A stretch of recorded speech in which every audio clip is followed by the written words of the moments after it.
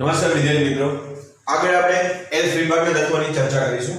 કાલે આપણે જલીયકરણ enthalpy, આયનીકરણ enthalpy, electron રચના આટલી વસ્તુઓ આપણે જોઈ ગયા હતા.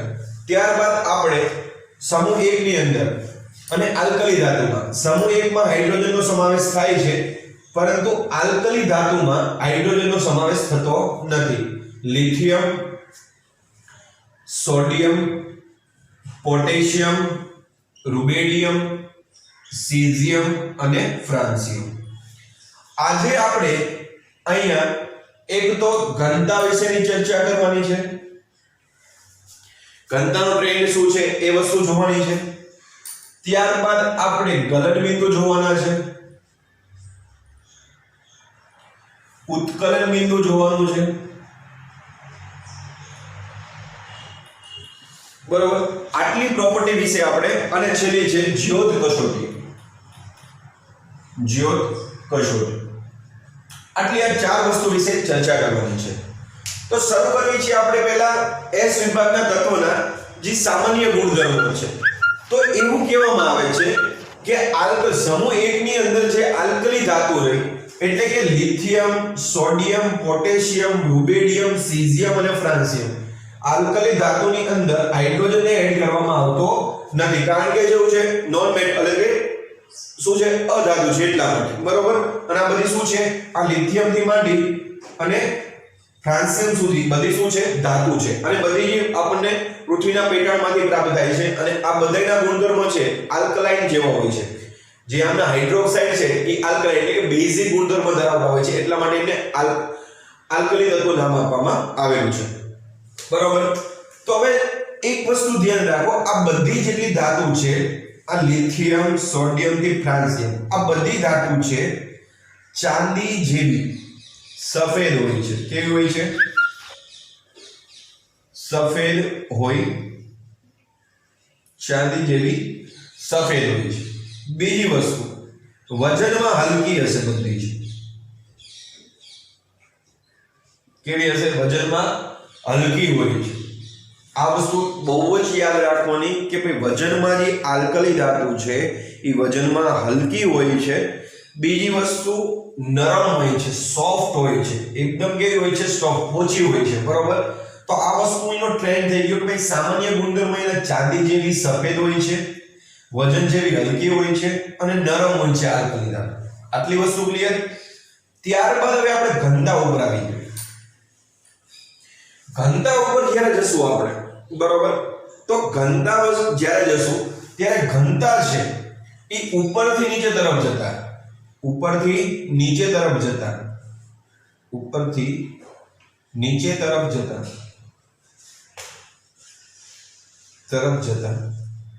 વધે છે.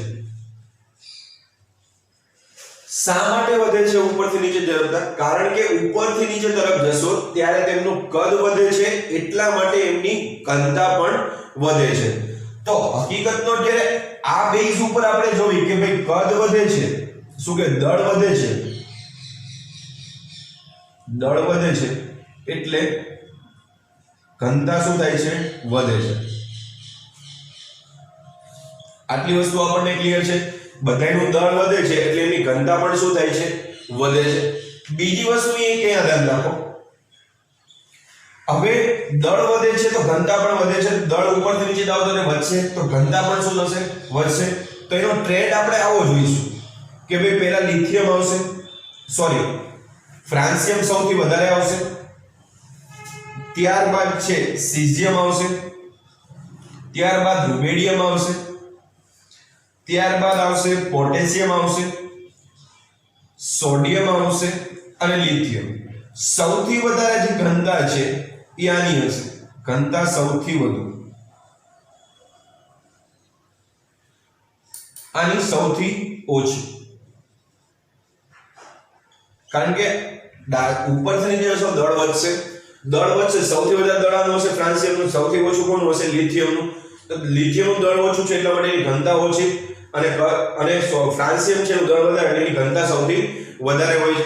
હવે આટલી વસ્તુ તો આપણી પાસે ક્લિયર છે, પરંતુ એવું જોવા મળ્યું હકીકતમાં એવું છે કે આ ટ્રેન્ડ ફોલો થતો નથી. હકીકતમાં ટ્રેન્ડ શું ફોલો થાય છે? ફ્રાન્સિયમ પહેલા જ આવે છે, સીઝિયમ પણ પહેલા આવે છે, રૂબેડિયમ પણ પહેલા આવે છે, પરંતુ અહીંયા પોટેશિયમ આવતું નથી, અહીંયા સોડિયમ આવે છે, ત્યારબાદ પોટેશિયમ અને લિથિયમ આવે છે. બરોબર, આ એક એક્સેપ્શન કેસ છે. બરોબર, એક્સેપ્શન કેસ, એક્સેપ્શન છે. શું છે? એક્સેપ્શન છે. બરોબર, તો આ વસ્તુ ખાસ ધ્યાન રાખવાની છે ભાઈ. આ એક્સેપ્શન છે આખે આખું કે ભાઈ પોટેશિયમ છે, પોટેશિયમ છે, બરોબર, એ એના કરતા સોડિયમની ઘનતા છે એ સૌથી વધુ હોય છે. એના કરતા સોડિયમની ઘનતા કેવી હોય છે? વધુ હોય છે. તો આ એક વસ્તુ યાદ રાખવા જેવી છે. ત્યારબાદ ગલન બિંદુ ઉપર આવીશું. હવે અહીંયા ધ્યાન રાખવા જેવી વાત છે, આ ધાતુઓ છે. શું છે? ધાતુ છે. ગલન બિંદુ,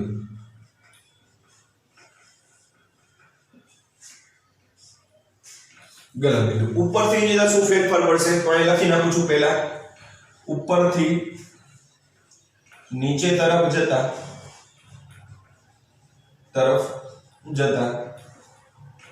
ગલન બિંદુ ઘટે છે.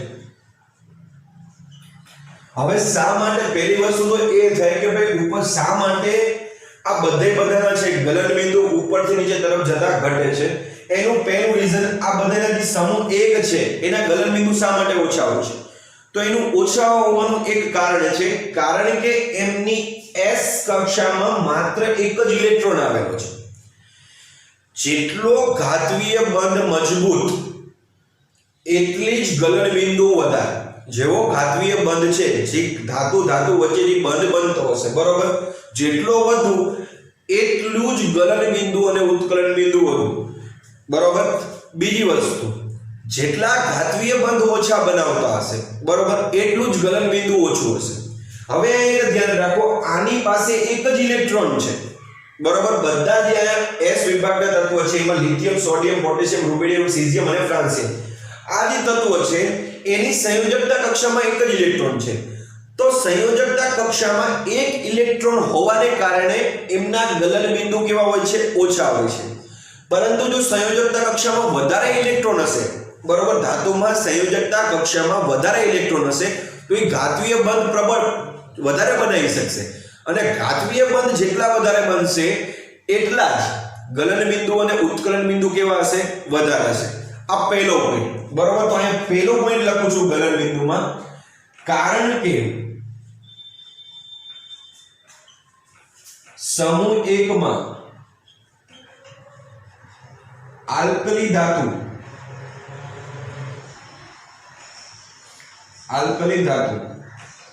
ની સંયોજકતા કક્ષામાં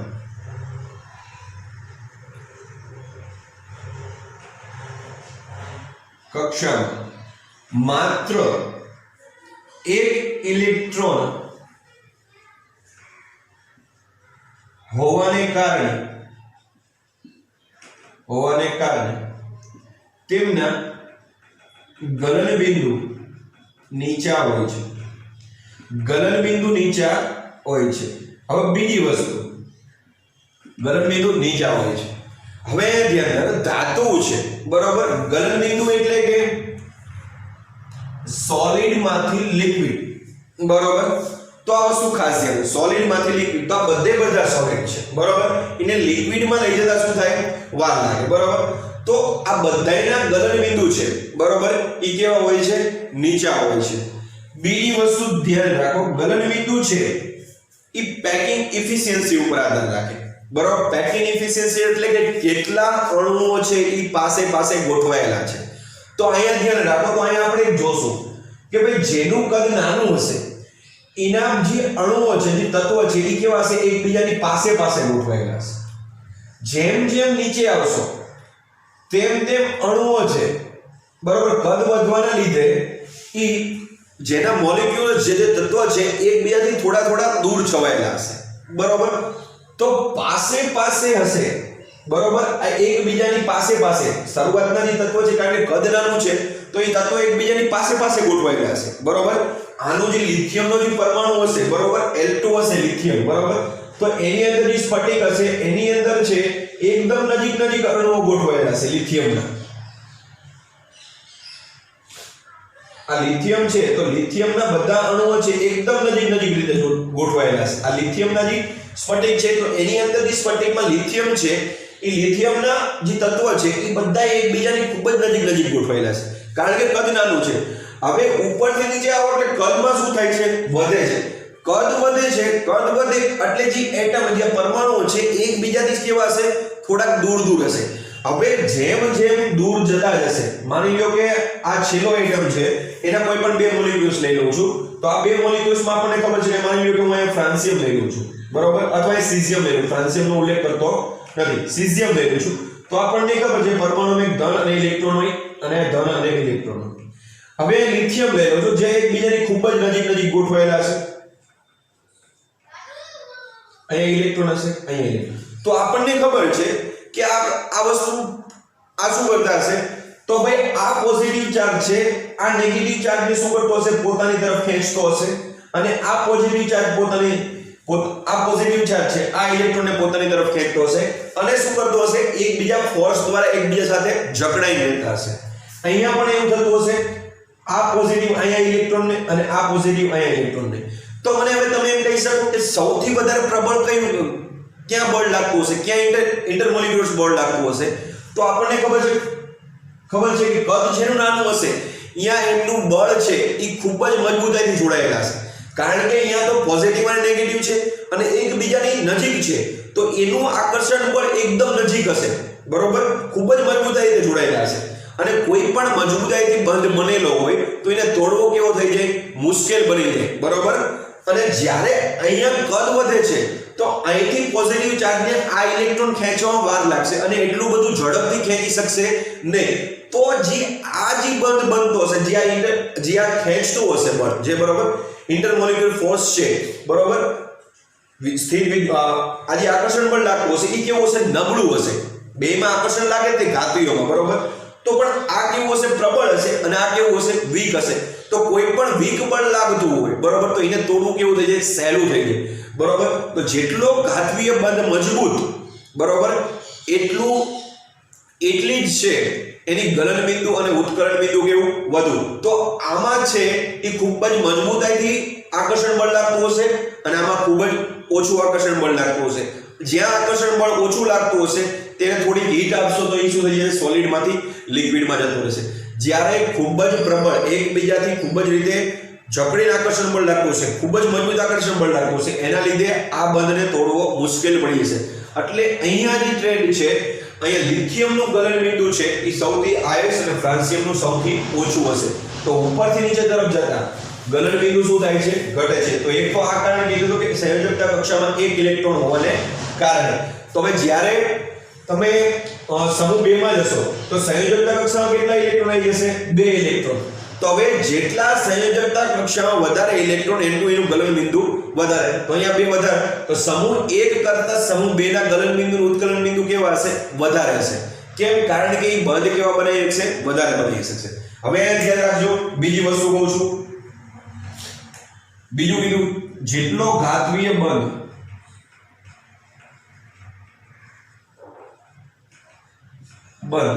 વધુ મજબૂત તેટલું ગલન બિંદુ વધુ. તો સૌથી વધારે પ્રબળ ઘાતીય બંધ કોણ બનાવતો હશે? આમાં લિથિયમ બનાવતો હશે અને સૌથી ઓછો કોણ બનાવતો હશે? ફ્રાન્સિયમ. કેમ? કારણ કે કદ વધશે તો એમના વચ્ચે જે ફોર્સ લાગતું હશે, ફોર્સ ઓફ એટ્રેક્શન, બરોબર, એ કેવું હશે? જે આકર્ષણ બળ લાગતું હશે, બરોબર, એ કેવું હશે? ઓછું થઈ જશે.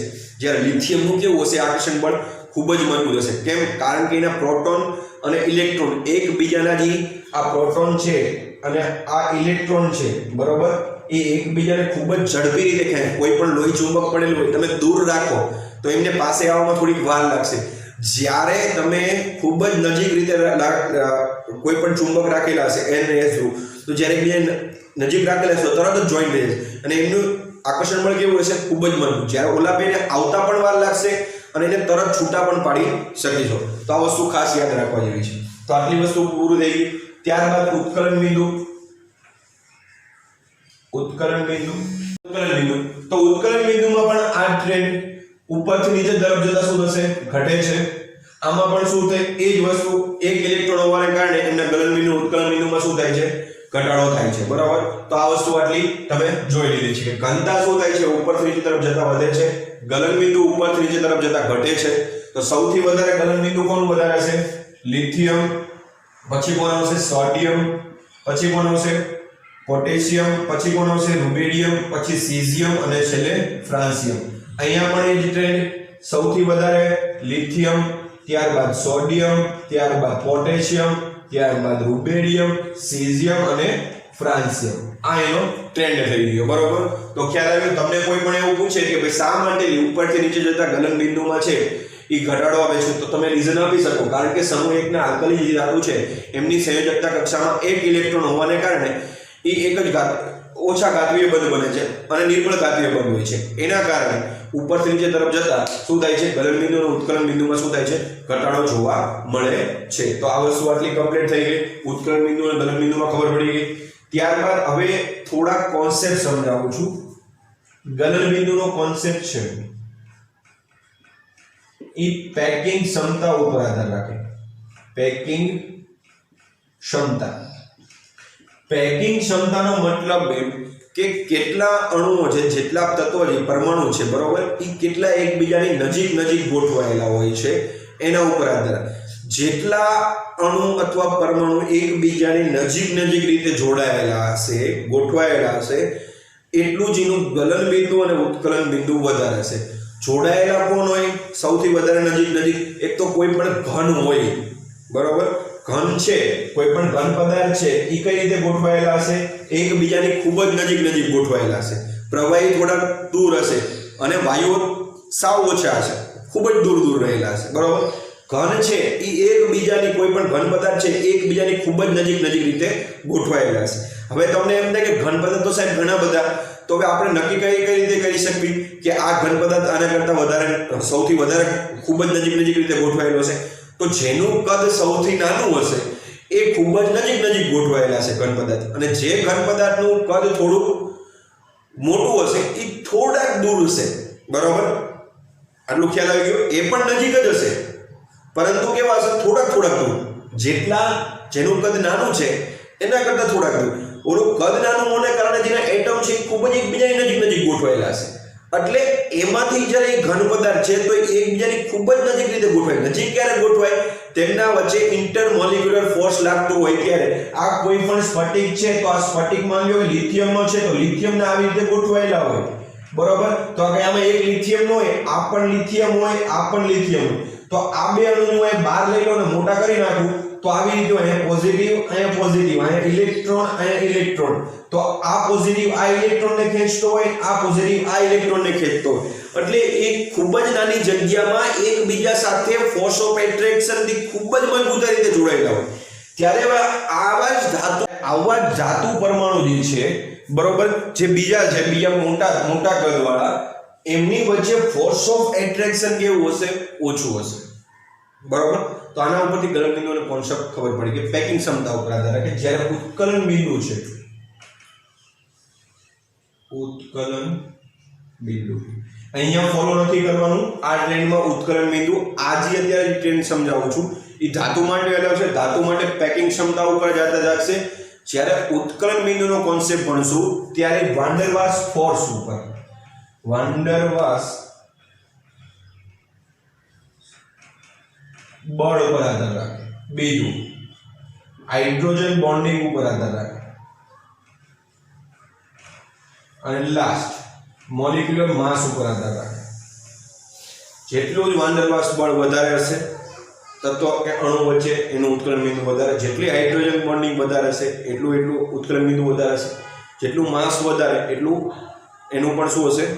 ઉત્કલન બિંદુ વધારે. પરંતુ આપણે છે ઉત્કલન બિંદુના કોન્સેપ્ટમાં અહીંયા ધાતુ માટે આ વસ્તુ લેવાની નથી. કારણ કે માસ વધારવા જઈએ તો આપણને ખબર છે ફ્રાન્સિયમનું સૌથી વધે તો માસ વધે તો એનું ઉત્કલન બિંદુ વધારે હોવું જોઈએ. પરંતુ આ ટ્રેન્ડ છે આપણે પી વિભાગના તત્વોમાં બહુ આનું કામ છે એ વખતે વધારે આવશે. વાન ડર વાલ્સ ફોર્સ છે એ મેં તમને કીધું હતું કે ઇલેક્ટ્રોન વચ્ચે ક્લાઉડ વચ્ચે લાગતી હોય, બરોબર. તે જ્યારે ઇલેક્ટ્રોન છે એ અંદરની કક્ષાના ઇલેક્ટ્રોન જ્યારે ઉકાળશે ત્યારે ઇલેક્ટ્રોન વચ્ચે અપાકર્ષણ થતું હોય છે, એને લીધે કદ મોટું થઈ જાય, બરોબર. કદ મોટું થઈ જાય તો શું થઈ જાય? ઉત્કલન બિંદુ અને ગલન બિંદુ આવી થઈ જાય. આ કોન્સેપ્ટ છે અત્યારે યાદ રાખવાનો નથી. આપણે મેટાલિક જે ધાતુ ભણવી છે એમાં S વિભાગના તત્વોમાં પેકિંગ ક્ષમતા ઉપર આધાર રાખવાનો છે. અહીંયા પેકિંગ ક્ષમતા આપણે ખૂબ જ મોસ્ટ ઇમ્પોર્ટન્ટ. જેટલા પેકિંગ જેટલા આનું નજીક છે એનું ગલન બિંદુ ઉત્કલન બિંદુ આયસ હશે. આ વસ્તુનો આખો ટ્રેન્ડ છે એ આપણને P અને D વિભાગમાં આપણે જોઈશું. P વિભાગમાં પણ ક્યાં જોઈશું આપણે? સ્ટાર્ટ કરીશું મારા અંદાજે જો 15 થી 18 જે સમૂહ છે, બરોબર, એમાં ટ્રેન્ડ આપણને જોવા મળશે, બરોબર. તો આ ખાસ ધ્યાન રાખો. અને D વિભાગની અંદર પણ આ વસ્તુ આપણને જોવા મળશે. તો આ વસ્તુ ખાસ ધ્યાન રાખવાની બાબતમાં આવે છે, બરોબર. તો આટલી વસ્તુ થઈ ગયું. ત્યારબાદ છેલ્લું અને લાસ્ટ જ્યોત કસોટી.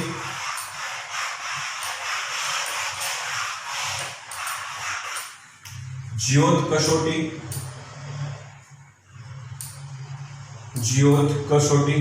હવે તમને હવે છે આમાંથી કોઈ પણ તમને આપી દીધું હોય, બરોબર, કે લિથિયમ તમને ખબર નથી, લિથિયમ આપી દીધું, સોડિયમ આપી દીધું છે, પોટેશિયમ આપી દીધું છે, રૂબેડિયમ આપી દીધું, સીઝિયમ આપી દીધું કે ફ્રાન્સિયમ આપી દીધું, કોઈ પણ એક સબસ્ટન્ટ આપી દીધેલો છે આમાંથી તમને, બરોબર. અને તમને એમ કીધું છે કે હવે આ તત્વમાં આલ્કલી ધાતુ છે, એમાંથી કઈ આલ્કલી ધાતુ છે? સોડિયમ છે, પોટેશિયમ છે કે કઈ ધાતુ છે? તો હવે આપણને કઈ રીતે ખબર પડશે? તો કોઈ પણ એક ઓક્સિડાઇઝિંગ ફ્લેમ લઈ લેવાની, બરોબર.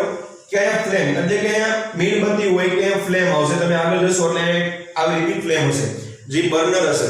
ફ્લેમ નો કહેશે કે બર્નર આવશે, એ બર્નર ઉપર આ જે ફ્લેમ ચાલુ હશે, જ્યોત હશે, બરોબર.